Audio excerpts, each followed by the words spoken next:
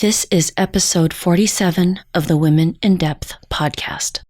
The information found in this podcast is not a substitute for help from a licensed mental health professional.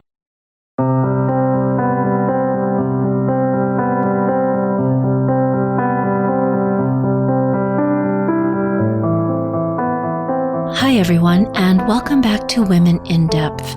I am your host, Dr. Lourdes Viado. Today's topic is one that is definitely beneath the surface, considered taboo, controversial, and uncomfortable for many. I had the privilege of interviewing Galen Fous about fetish sexuality and the personal erotic myth. The personal erotic myth, according to Galen, is an embedded component of our inner psyche that contains the storylines, fantasy imagery, and archetypal personas that drive a person that has a personal erotic myth to orgasm and other deep states.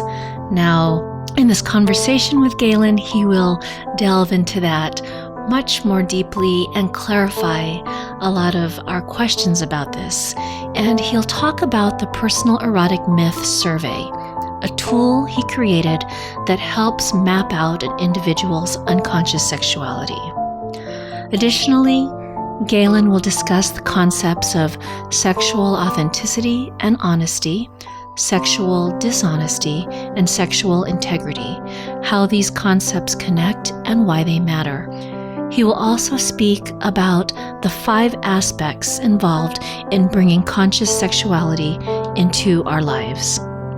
Galen Fous is a sex-positive, transpersonal psychologist helping individuals and couples get honest, shame-free, and empowered in expressing their authentic sexuality.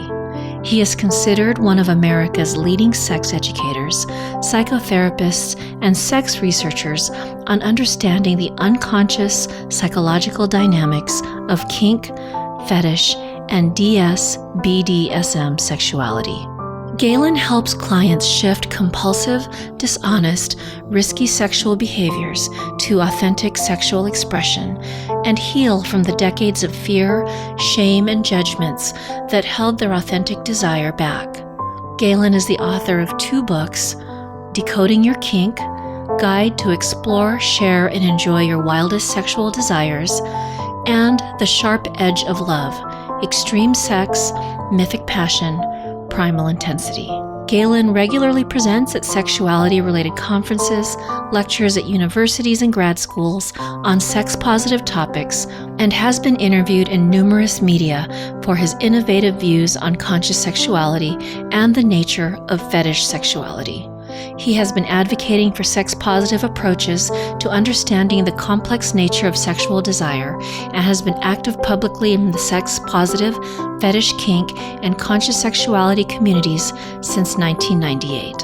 An important component of Galen's research into the nature of fetish sexual and kink desire is the development of the Discover Your Personal Erotic Myth Survey. This groundbreaking and ongoing research survey with over 2,800 participants is the first study that begins to document the mythic archetypal aspects of fetish sexuality by mapping of the sexual unconscious. Hi, Galen, and welcome to the podcast. It's a pleasure to be here with you, Lourdes, and with your audience. I really appreciate you taking the time again to have this conversation with me. I feel like this area is extremely important. There's not even close to enough dialogue about this area, and there's a lot of misinformation. And so thank you. So to start, Galen, can you share with our audience a little bit about yourself and the work that you do? Well, I've grown out of the same oppressive sexual culture as the rest of us generally, so I've had to address those issues of being afraid to speak or express my sexuality honestly. And in this regard, my personal sexuality is I am kink identified, or what I also term as a fetish sexual, which is someone into an erotic archetypal symbolic mythos, to put it shortly. and through those years of my development, as my sexuality was very alive as a boy, well before puberty, as it is the case with many people, as some of my research has shown, I knew instinctively to hide that, or maybe not even instinctively, but it was clear to me, even in my young sensibility, that I was not going to be welcomed in my sexuality in my Catholic environment that I grew up in, my family and Catholic school and nuns and priests and brothers in high school, etc. So I kept it hidden over the course of my adult life until I was in my late 40s, when I finally found the courage to choose to embrace who I was sexually, and then start to untangle all the shame, fear, and judgment, and hiding, and secrecy, and shadow. And all of that led me to step into a therapeutic practice, as I have a master's in transpersonal psychology. And I did that with the intention to support others who were just trying to get honest about their sexuality. And so that kind of brings us to here. When you talk about fetish sexuality, you mentioned the term symbolic and archetypal. And can you please explain that maybe for listeners who really don't know what that means, or they're not as familiar with those terms?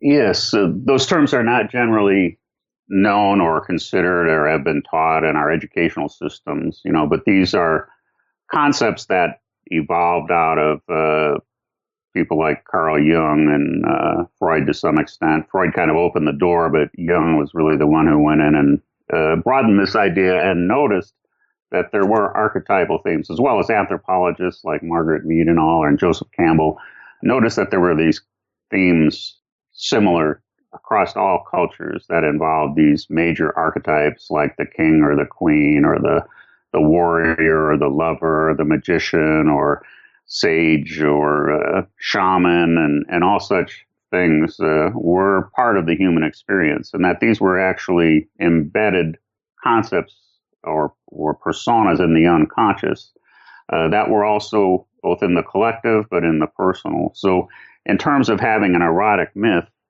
and an archetypal engagement of archetypal personas, I think this is also true in people who are fetish sexual or kink driven, are connecting with archetypes of, dominant and submissive, or predator prey, teacher student. There's a pantheon of archetypal figures that seem to be connected to people's sexuality, particular archetypal figures connected to their personal sexuality. If you look on sites like FetLife, you'll see millions of examples of what I just described. As I'm listening to you, I'm thinking that there's probably a lot more people who are engaged in or attracted to what you describe or call fetish sexuality, but don't even realize it. Yes, it's off their radar. Something they know what's true for them, but they don't understand that, this is a phenomenon, that many people are experiencing. And also there's a refinement to it that they can develop once they open to that awareness that, this is my sexuality. I have a right to be who I am sexually. And there's a rich, deep territory, a treasure trove of sexual ecstasy available if I open to it fully, rather than, many people like you just described get glimpses of this deeper level, but only in that last minute or so before orgasm, when it's suddenly, because people don't comfortably reveal or talk while they're having sex about what's really going on in their internal process. But as that passion builds, as they're driven by these unconscious archetypal forces, they will often then just kind of take over the body in that last minute, take over the voice, take over the body gestures. And, suddenly this fierce, wild creature is there, flailing and guttural sounds or sound bites like, take me, or harder, or whatever the case might be. And that's just a soundbite from the dialogue going on in this unconscious territory of your personal erotic myth, as I call it. Okay, so there's so much in there that I want to respond to with you, but I'm going to slow things down and back up a little bit, and just for the purposes of our listeners, can you briefly speak on the differences between normal, or what we'd call normal sexuality, and that may not even be the best descriptor, and fetish sexuality? Well, again, as I've defined it, it is someone. So I look at it this way. Put it simply: is sex is friction. Normal sex is friction. Kink or fetish sex is myth. Sex is friction. Eros is myth. Eros is this symbolic, archetypal storyline within our sexual landscape that is a rich, deep territory that's way beyond friction sex. It can include friction sex, and I'm not knocking friction sex. 15 minutes of friction sex can be a great release, whether it's with masturbation or with a partner, but it's just scratching the surface of what someone who has a mythic-driven, archetypal erotic persona really yearns for. And so something that came to mind as you were speaking is that fetish sexuality actually can, if a person understands the dynamics beneath it and is able to live out this authentic expression of sexuality, it can actually be, this is probably not the best word again, normalizing, in the sense that perhaps it can take away maybe the shame associated with, or what's wrong with me that this turns me on, or I'm the only person who is turned on like this, because there's this sense of it being connected to the collective, and that this is something that is innate and everyone has access to. I think that's a very important point, and I want to broaden that even just to make it clear to the audience that what I'm talking about here is also negotiated consensual engagement with a partner with an equivalent desire. It has nothing to do with violating or, a lot of objection to kink. The first thing when people say, oh, but that's just an excuse for a rapist to be a rapist or something. And well, the truth is that's not true, and this is also, first of all, among a consensual negotiated partners, a rape fantasy is not uncommon.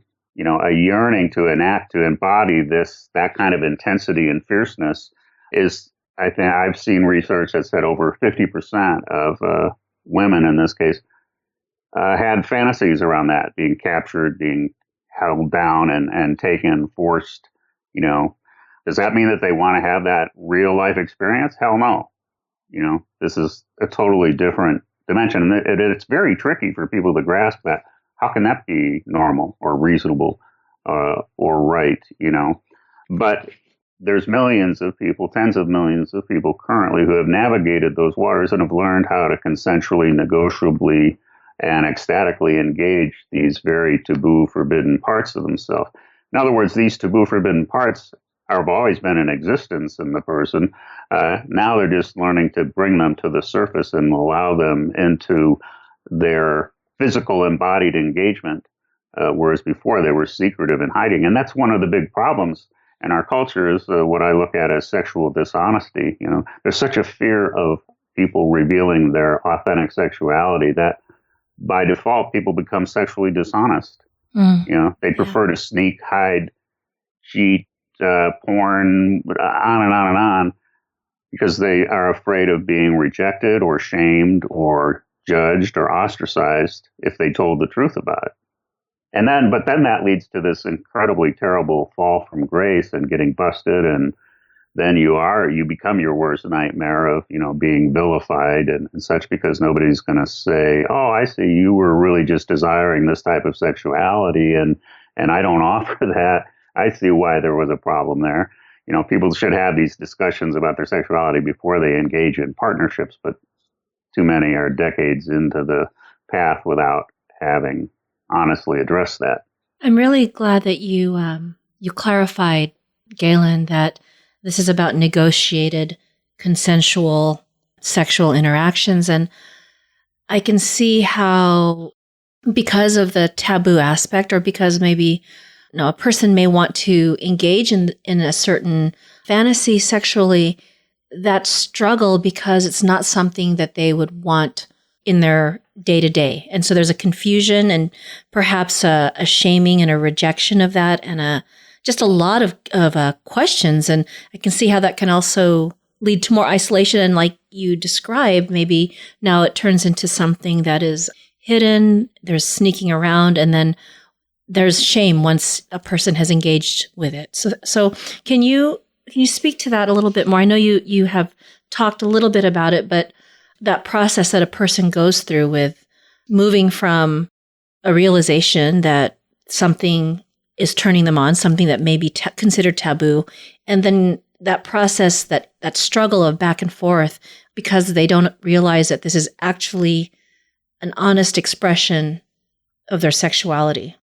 And even if they do recognize it's an honest expression, the overlay of disapproval and consequences and being shamed and judged will still be stronger than the desire. So even when they recognize, oh, this is who I am, like, think of a gay or a lesbian person, back in the 50s, the barriers to them being sexually honest, the consequences to them being sexually honest were, off the charts.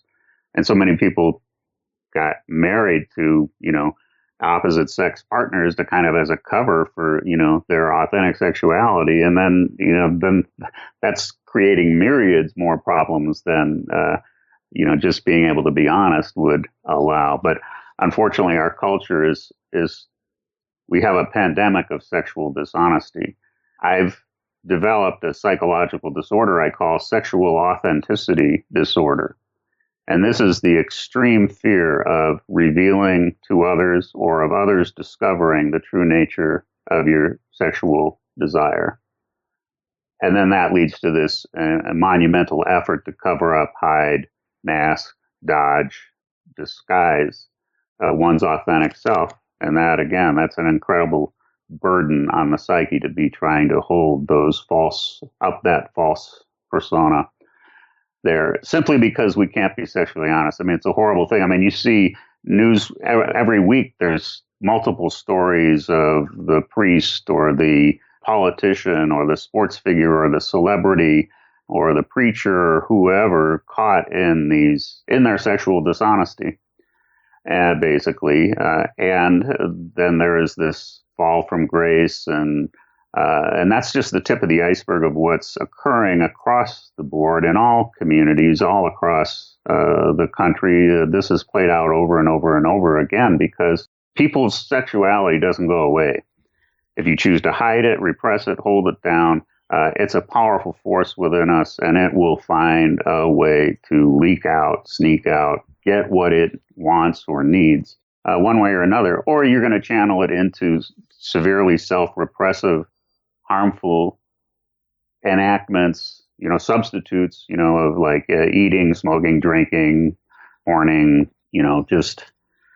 or locking up, becoming rigid, just not allowing your body to feel anything even. So can you speak a bit more about the role of the unconscious in fetish sexuality? And again, also because, there may be listeners who don't know exactly what the unconscious is. Yes. Well, the unconscious is this huge part of our experience that is mostly beyond our awareness. It includes the autonomic nervous system, where our breathing and our metabolism and heart rate is going on, is all operating from the unconscious.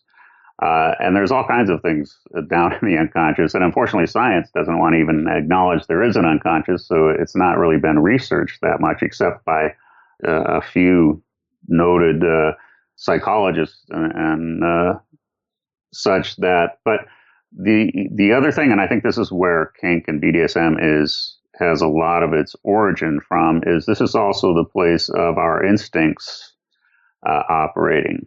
Our instinctual beings, our instinctual nature. And our instinctual nature is millions of years old. We've inherited through our reptilian and mammalian heritage, the instincts and also the physical gestures often of reptilian and mammal behaviors. And they still are operating in our culture and every day.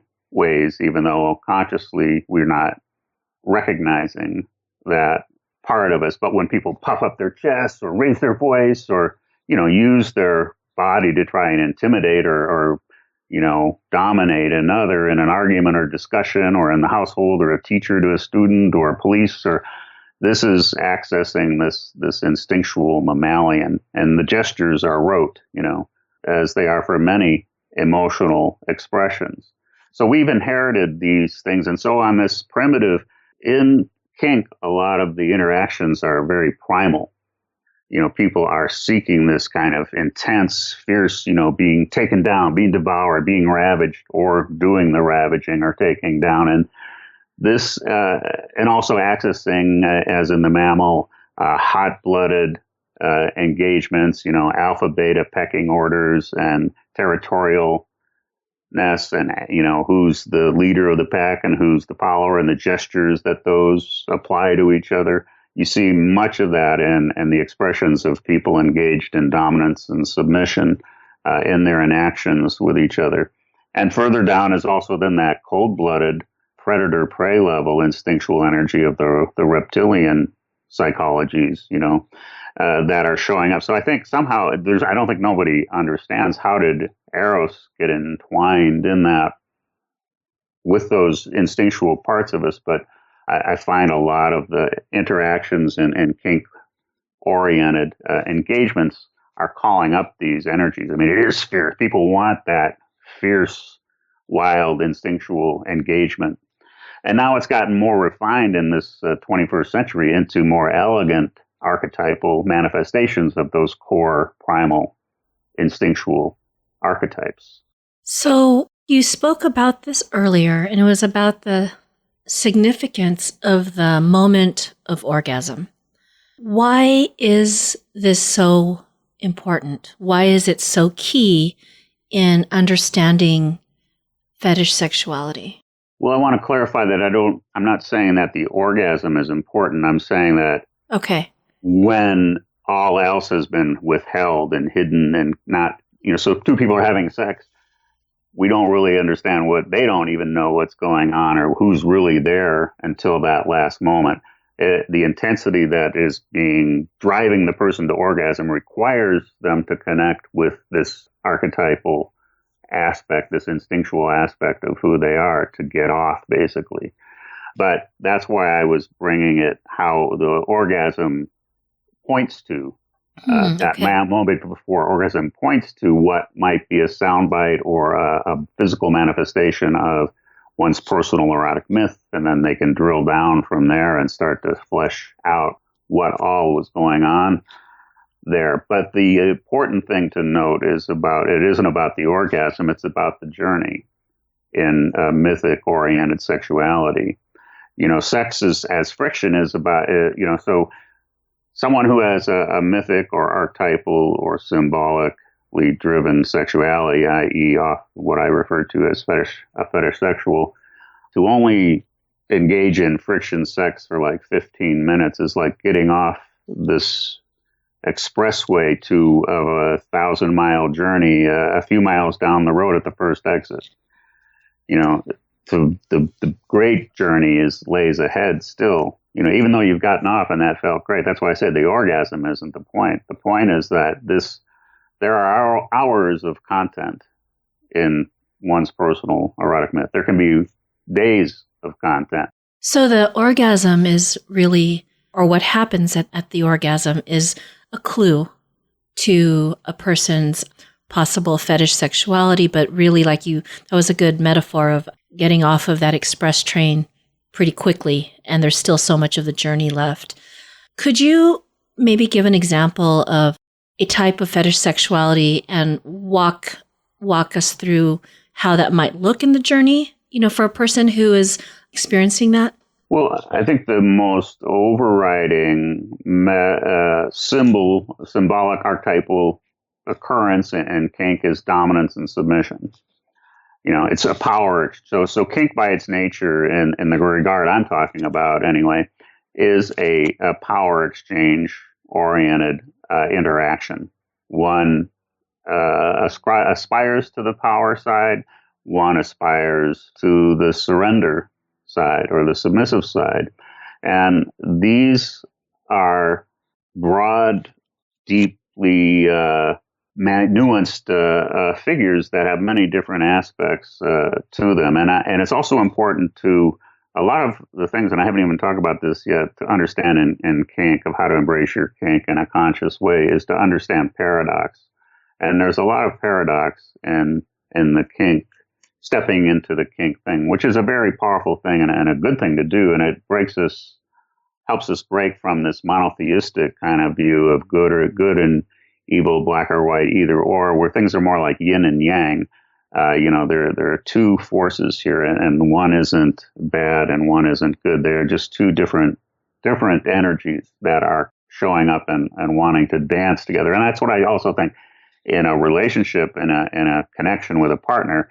When kink is good, it's like a dance. You are step by step with your partner all along the way, no matter how deep into the journey you're going or how big that power differential is.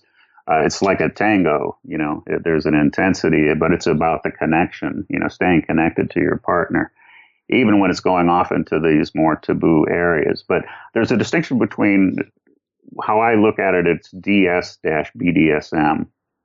And that's two sides of the coin. That's the yin and the yang of kink.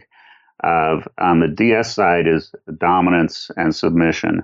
And this is what I look at as the noble side of a coin, the sacred side versus the profane side. And there are both. And one isn't good and one isn't bad as I look at it. So on the sacred side, in the DS, the dominant, be they a man or a woman, can aspire to the common archetype there is the king or the queen archetype. And the king or the queen archetype is the archetype. The energy of the king or the queen is the one that blesses, the ones that sets the vision. The king and queen can recognize something within another and help them draw that out to empower them to be who they are. And all such qualities, to be in integrity, to be honorable, to be transparent, to be responsible, to be accountable. These are all aspirations that the dominant can aspire to. And there's no perfection in this, but it is like a path one can step on to, okay, if I'm going to be a dominant, I aspire to be a noble dominant, to rule my realm with, dignity and respect, so to speak. So that's a very powerful mythos to embrace. The submissive, on the other hand, can embrace the archetype of the servant, one in service, the devotee, the being selfless, being in support, transcending one's ego, and adopting the postures of the devotee, and the physical embodiment. So those are two very noble paths that one can step on in that side of the coin. Once that's established and you've connected with your partner and negotiated through those kinds of how you want to, how you aspire to be in those roles, then you can enter the taboo realm, the BDSM realm. And this is where all the profane, the dark, the forbidden, the inappropriate, the painful, the cruel, things that often are common to BDSM-oriented sexuality can occur, but it's held within this noble aspect. That's how I model it, and that's what I think it needs to be looked at in some sort of way like that in order to allow these intense, fierce, primal energies to safely, or as they say, within a risk-aware way, engage each other. So it's really as if the sacred aspect or the DS aspect provides the container for the profane in some ways? Exactly. I think of the DS as what I call the outer chamber. Okay. And that surrounds the inner chamber of BDSM. So the center of the inner chamber is the same as the center of the outer chamber. In other words, somehow the light is always just a little bit stronger than the dark. I don't understand why that is, but my experience is because a lot of people will think, oh my God, it's a slippery slope. If I step in and I want to spank her, next I'll want to do this. And then you never know. And I might, maybe inside I want to become a monster and take someone's life or something, That is so far from the reality of kink because, again, you're starting from a place of negotiation and consent and respect and care. Someone can tell when those energies aren't what's connecting to the exchange with another. I've been active in this lifestyle for 20 years. And anyone who is operating from a conscious, negotiated, consensual approach isn't encountering the kind of psychos, that do those things. I mean, I'm not saying someone who hasn't stepped into the kink realm has never encountered that, because this is very complex territory. Number one, you need to have mature adult sensibilities and behavior if you're going to engage in kink.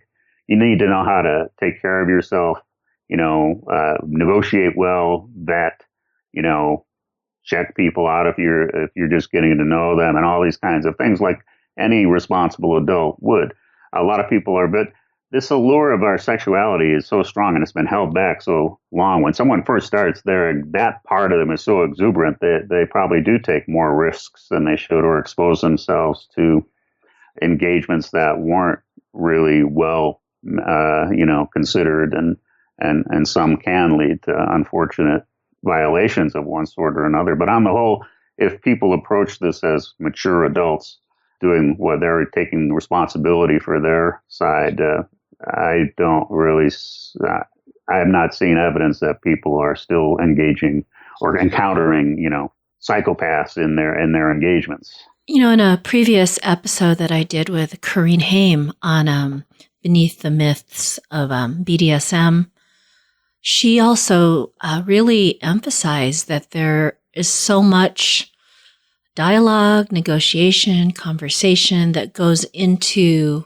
I guess, just before you actually engage in any physical or sexual encounters, that it's almost, she laughed actually and said it's almost ridiculous how much it's broken down. And I remember coming away from that conversation thinking how, I guess I'll just use the term, normal sexuality, that doesn't really happen. I don't know that there's much conversation about, this is what I am thinking of. This is what I'd like to do. I don't want you to do this. I think there's also this idea that with all of this dialogue or conversation, it won't be sexy and it won't be fun. But it's interesting because actually, this dialogue prepares, I guess, the container. It's part of creating that sacred piece for the profane to happen. I don't know if I'm expressing myself very well. No, you're bringing up great points, and I think you've expressed it very well. And both the side that, people don't know how to negotiate, and again, it's about not being able to be sexually honest, not feeling comfortable expressing what the desire really looks like, as you're afraid, well, they'll never show up again, or they'll be freaked out. But the other side is this model that's evolved out of the kink community of how to engage, what to do, the pre-engagement process of negotiation, and is really also, besides just a very practical, straight up, okay, here's these pieces, that piece, strategic look at, or how one might engage with another in a way that both can agree to. This is also a very great intimacy builder as well. Sharing these very intimate parts of ourselves with another, being welcomed, being listened to, being open. Even if someone says, no, I don't want to do that, it is not like, oh God, that's disgusting. People just acknowledge, oh, okay, that's your kink. I get that. That's great. But mine is, I'm a little over here, or I'm not quite ready for that level yet, or that particular act. So, this really kind of, we talked about normalizing our sexuality. Being able to converse and talk that clearly and transparently about our sexuality and what we desire, and listening to our partners. So there's listening involved, there's intimacy involved, and connection. And this is also, so these are great parts of the kink community tools that are there that anybody can pick up. And I think more people need to be learning how to address their engagements in this way. Because this is where all the consent violations and issues, all that murky water of he said, she said, comes because people hooked up, drunk, no really understanding of what people's boundaries were, or what areas, I have a big desire for them, or, all of that is created by not having negotiation tools and processes and aftercare. There's many other layers here that are coming online because of both what I'll call the sacred sexuality community and the kink community. There's aspects of both of those that are really bringing this rich capability to engage our sexuality to the limits, and beyond. So to shift gears a little bit, Galen, and to, again, I want to make sure that our listeners are, they have clarity about the terms that we're using. Can you just briefly speak again on what the meanings of these terms are? I think that, that they're very similar and there's definitely connections. So authentic sexuality, conscious sexuality, sexual integrity. Yeah, the first two I think are pretty much overlapped. That sexual authenticity or conscious sexuality is, well, maybe, the sexual authenticity is just simply who are you, who you are. Recognizing that you have a birthright of your sexuality that is unique to you. It's as distinct as a fingerprint and as inherent as your eye color. And there's nobody who has the right to take that away from you. They might not agree with it, might not want to engage with it, but too many people in our culture have been denied their sexual authentic truth or haven't recognized that they have the right to their sexuality.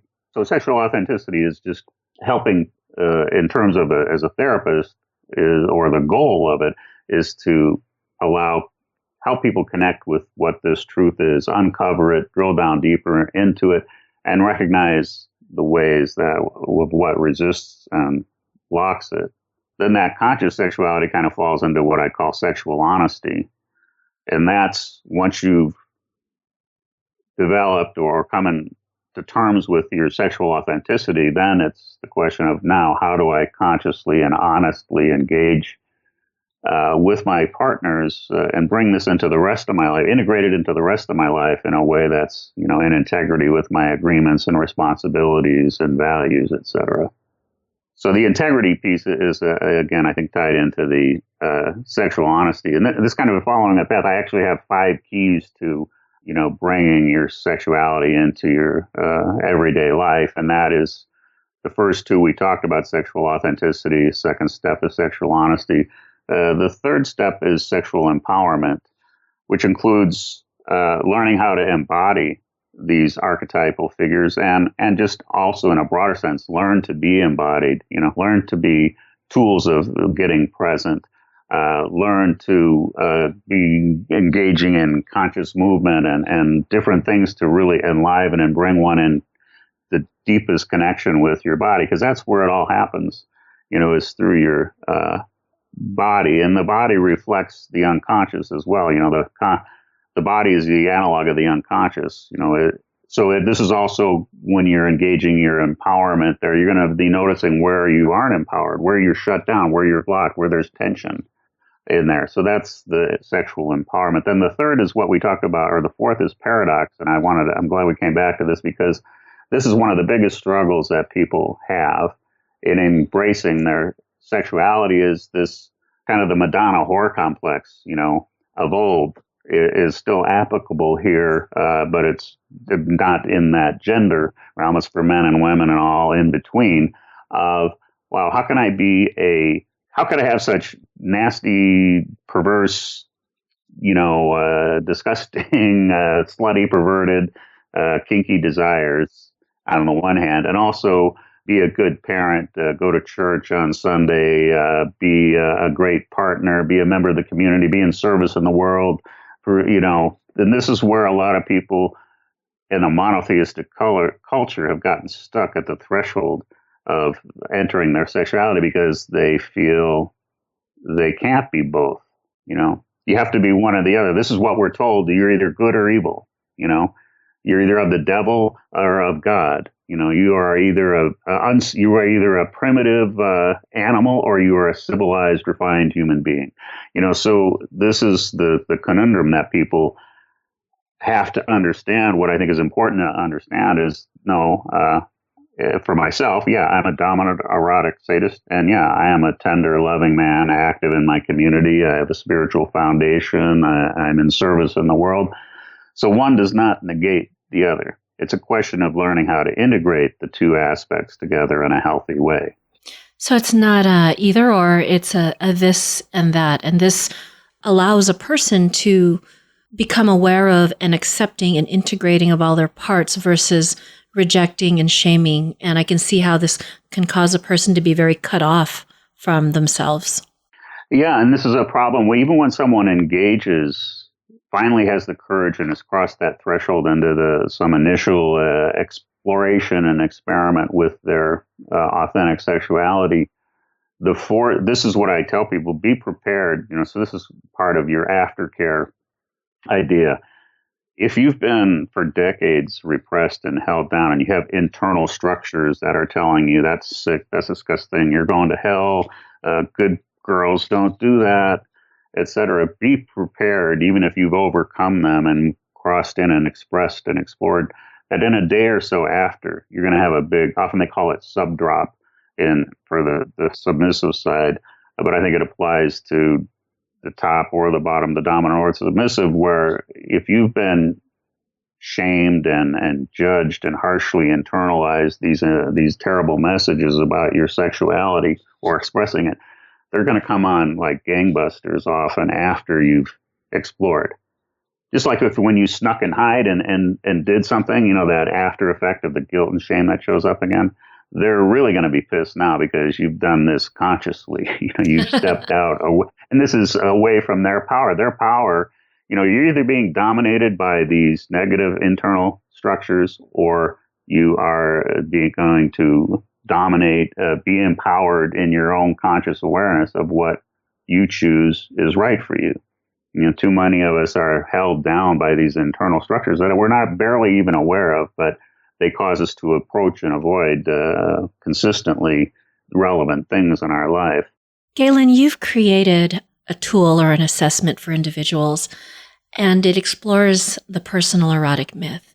Can you speak about that? Yeah, I have a survey called Discover Your Personal Erotic Myth that I created a couple of years ago that now has about over 2,800 participants so far. That is, on the larger sense of what it is, it's a research project of my own to start mapping the unconscious dimensions of fetish sexual oriented people. For the individual, it's a tool to help them start to map out their own internal territory of these archetypal personas. If they've, many people have known their erotic mythos since well before puberty. It comes alive, and this is an interesting aspect of fetish sexuals. In the research is something around 50% or 40% of the respondents were aware of their distinct erotic desires before or by the age of 10. Wow. Out of these 2,800 people, 40% were distinctly aware of their particular aspects of their erotic. Sometimes I call it our sex creature.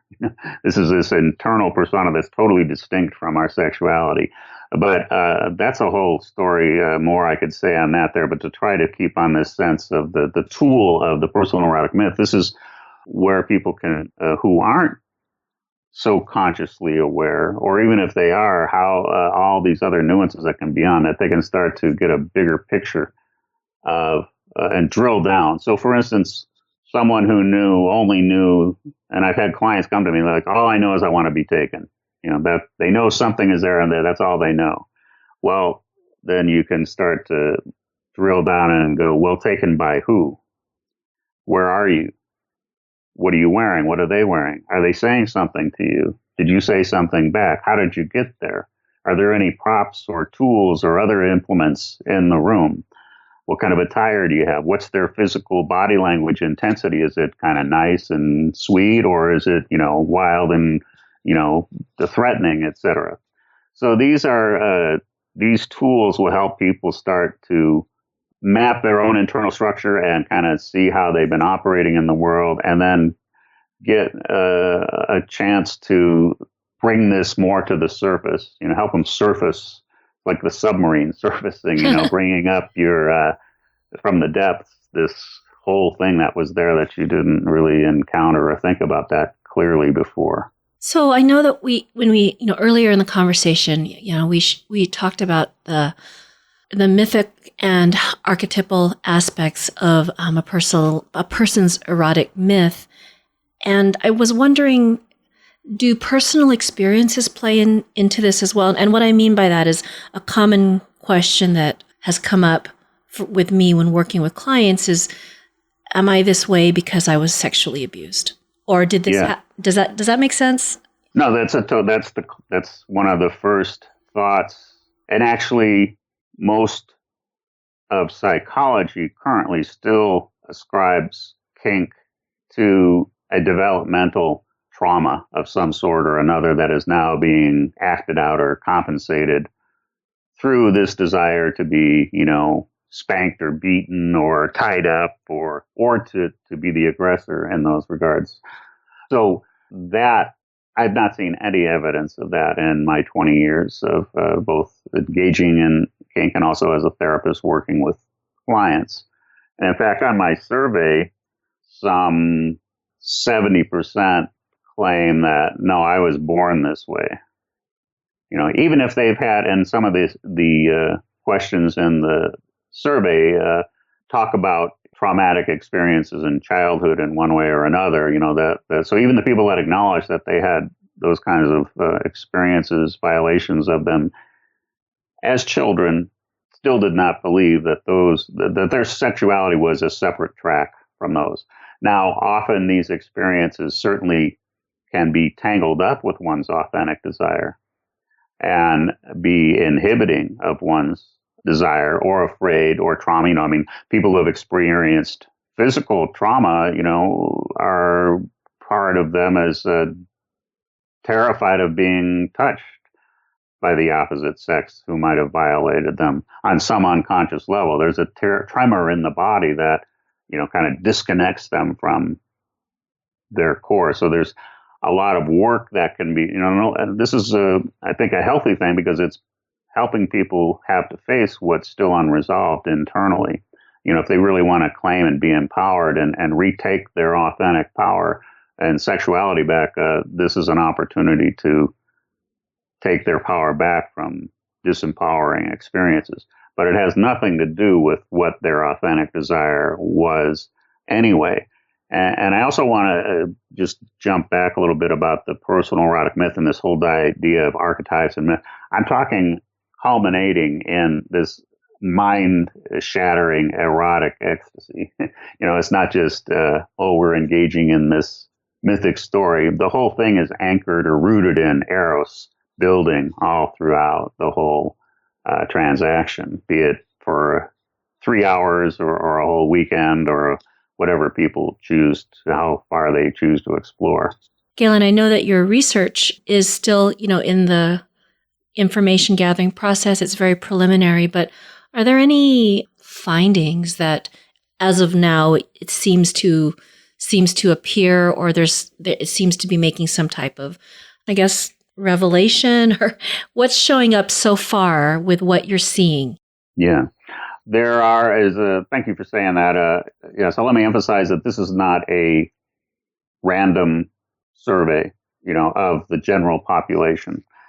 First of all, this is a survey that's an opt-in primarily or generally from more sex positive communities, and more specifically kink communities that are, so combining by opting in, that's kind of a self-identifying as kink oriented or interested in kink or curious, because, in the survey, something like, there's only like about 1% said they would never try any of these things.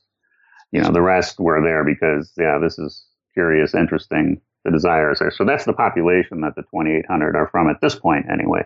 So out of that, with that big qualifier there's, to me, one of the most significant things, or I'll say there's a couple of significant things. One is the number of people whose eros was alive before puberty. Generally puberty is considered, that's the sexual activation process, and this is now where you can, procreate and are able to engage that. So it's really fascinating to ponder, why is Eros alive at a time, before puberty? In other words, so Eros is something different than sexuality, procreative sexuality. That's one thing that I think the survey indicates. The other that's really heartbreaking, I think, is in the areas where people are talking about how these early childhood traumas, and not just like traumas of physical violation, but of being shamed around their sexuality or made to feel like it's a horrible thing. And those kinds of messagings and things, those are the big factors that have to be untangled. Many people struggle. That's the biggest struggle for many people, is to overcome their feelings of shame and fear and condemnation that might occur.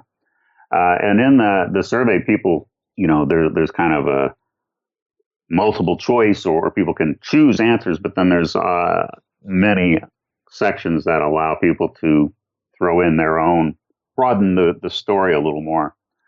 And on those questions around, how has those early childhood experiences affected your embracing your authentic sexuality? It is just so many people of, I've just chose to eat instead, or I've never engaged it. I just stopped having sex. I feel terrible every time I have sex. And I mean, these kind of comments are just like to understand when you start to see in what's going on under the hood of many people, what they feel or what they have to struggle against just to be sexually authentic and sexually honest. It really drives home to me the importance of this era we are in, and people stepping up to support and encourage other people to be sexually honest and to heal from all of the shaming and the judging and if not outright trauma that they've experienced as children. But so I want to say that. And then I also want to say back to this, no, I guess I did say that,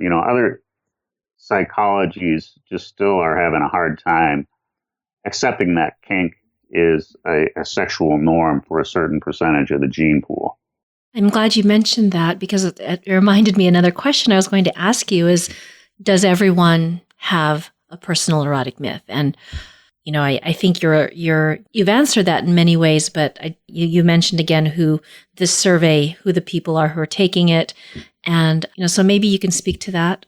Well, there's no way of really knowing that in any kind of factual way. Of course, I mean, I speculate that there is way more than even I'm claiming. I claim, just kind of on a rough thumbnail of what I see going on around, and other reports from around the world, and sites like Pornhub and such that hold or publish statistics on what is being searched, Google search terms and such, and all these regards, is that there is we're in an unprecedented history of civilization where sexuality has never come to the fore in mass like this ever.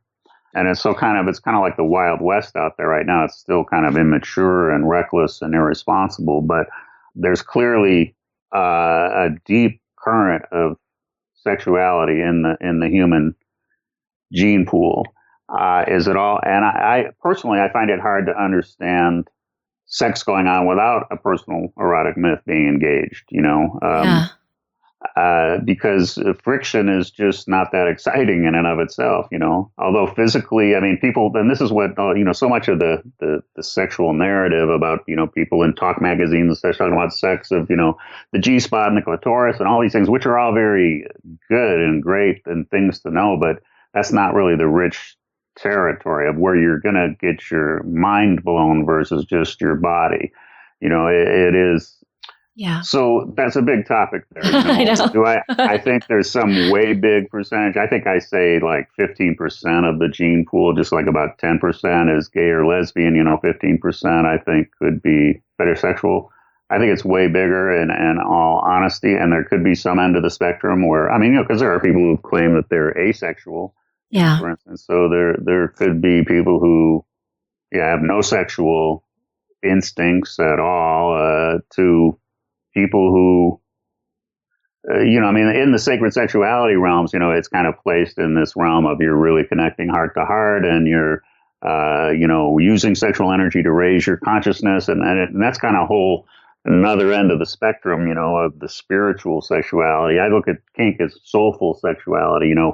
Sacred sexuality is an ascent, out of the body, aspiring to heaven, out of the ego and out of the self, even, and with engaging with a partner and heart-to-heart connection and all that. Kink isn't absent of heart-to-heart connection by any means, but it's a descent down into the soul, which means down deeper into the body, deeper into these instinctual ancient psychologies from our past and primitive, wilder kinds of engagements. So there is a big spectrum there, and whether that, even in the sacred sexuality, are they engaging a personal erotic myth, that would have to be researched.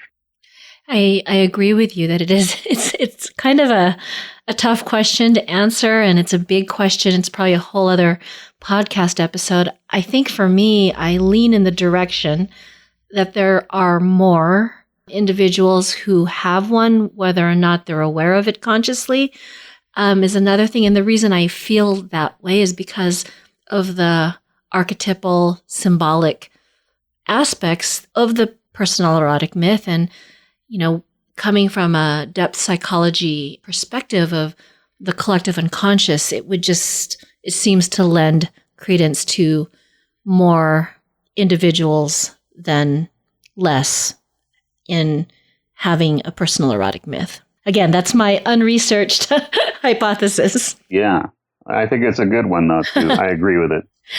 And so I also wanted to comment, you touched on this when you were sharing the findings, about the shaming and how significant and deep that the impact that can have on a person's sexuality. And I just wanted to comment that as a therapist, I have seen so many clients who have shame about being sexual, what sexuality is. And this may have come from, well-meaning parents or structures like religion. And now as adults, they're not able to access their sexuality, and there's a real struggle. I've actually had clients voice to me how, when I was young, this was bad. You weren't supposed to do this. And now all of a sudden, you're supposed to be this sexual being, and it's very difficult for them to access that. And there's a struggle to experience sexual pleasure. And then I also see couples or individuals who are now together, several years, decades, a lifetime, and have never experienced sexual pleasure, sexual connection in their relationship. And so I think that that's very significant, and that's what came to mind when you were sharing your findings. Yeah, I really appreciate your thoughts on that and your experience. I mean, it is exactly that tragic as you described there, and it is real. Every therapist's office probably could tell the same kind of story, at least if they're a therapist that is looking at these things versus just diagnosing and such. That it's such it's such a tragic thing. It really is. It needs to be changed. People shouldn't have to suffer over this the way they do, and it's such a doubling of the tragedy. And I've seen instances of this. Two sides of it. One is it's unfortunate that many people will take their authentic sexuality to the grave without ever having expressed it, and that's terrible. That's unfathomable.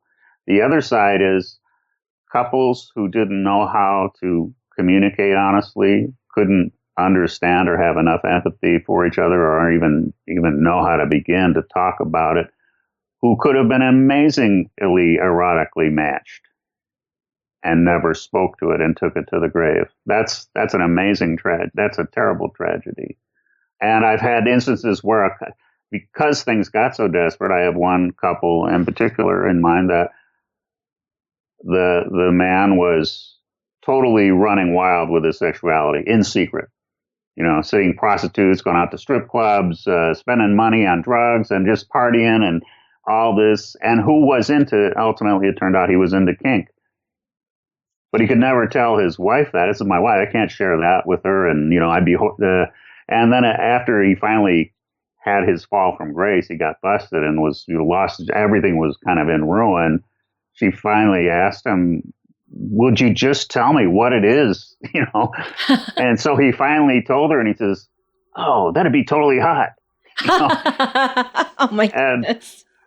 And from there, then that was like, wow, now they're really, they both have started and stepping into that, and it's kind of miraculous, turnaround. But it was simply because he could not just say it honestly a decade ago.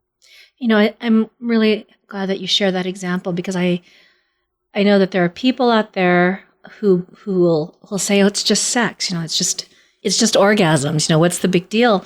But it's really, like you said, the tragedy is it's about your own personal authenticity. And then it's also about your ability to intimately and authentically connect with another person.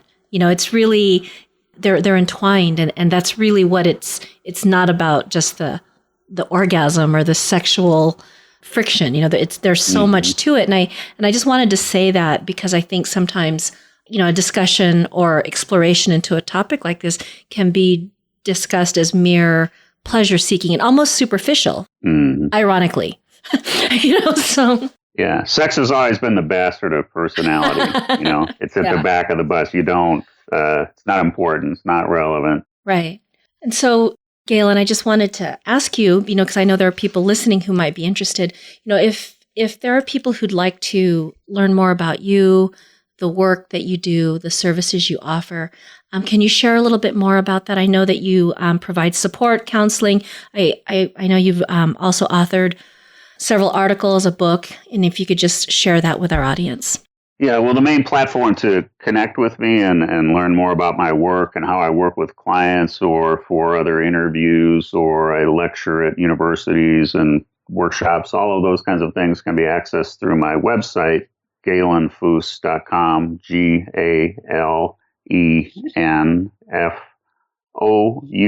GalenFous.com. And my book, Decoding Your Kink, A Guide to Explore and Share and Enjoy Your Wildest Sexual Desires, is on the site there. How to work with me as a client is there. And also, especially take the Discover Your Personal Erotic Myth there. It's a totally free survey. There's 40 questions. It's totally anonymous.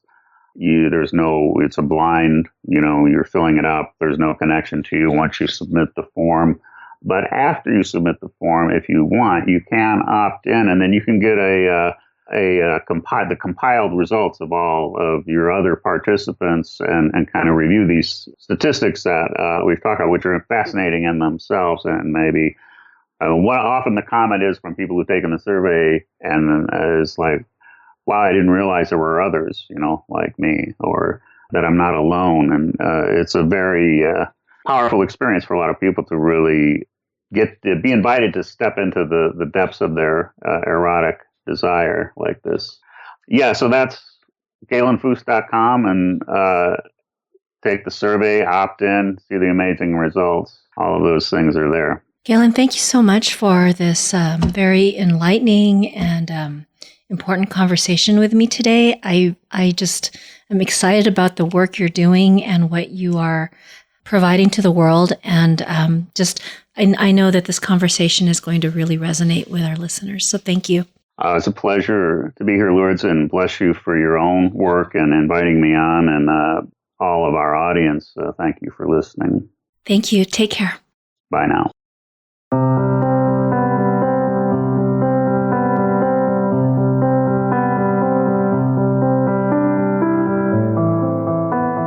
I hope you enjoyed today's conversation with Galen Fous. One of the aspects that got my attention is the importance of negotiated, consensual dialogue and engagement in conscious sexuality. Another aspect that stood out for me is the concept of paradox and why it is important in understanding the dynamics, feelings, and experiences regarding an individual's personal erotic myth.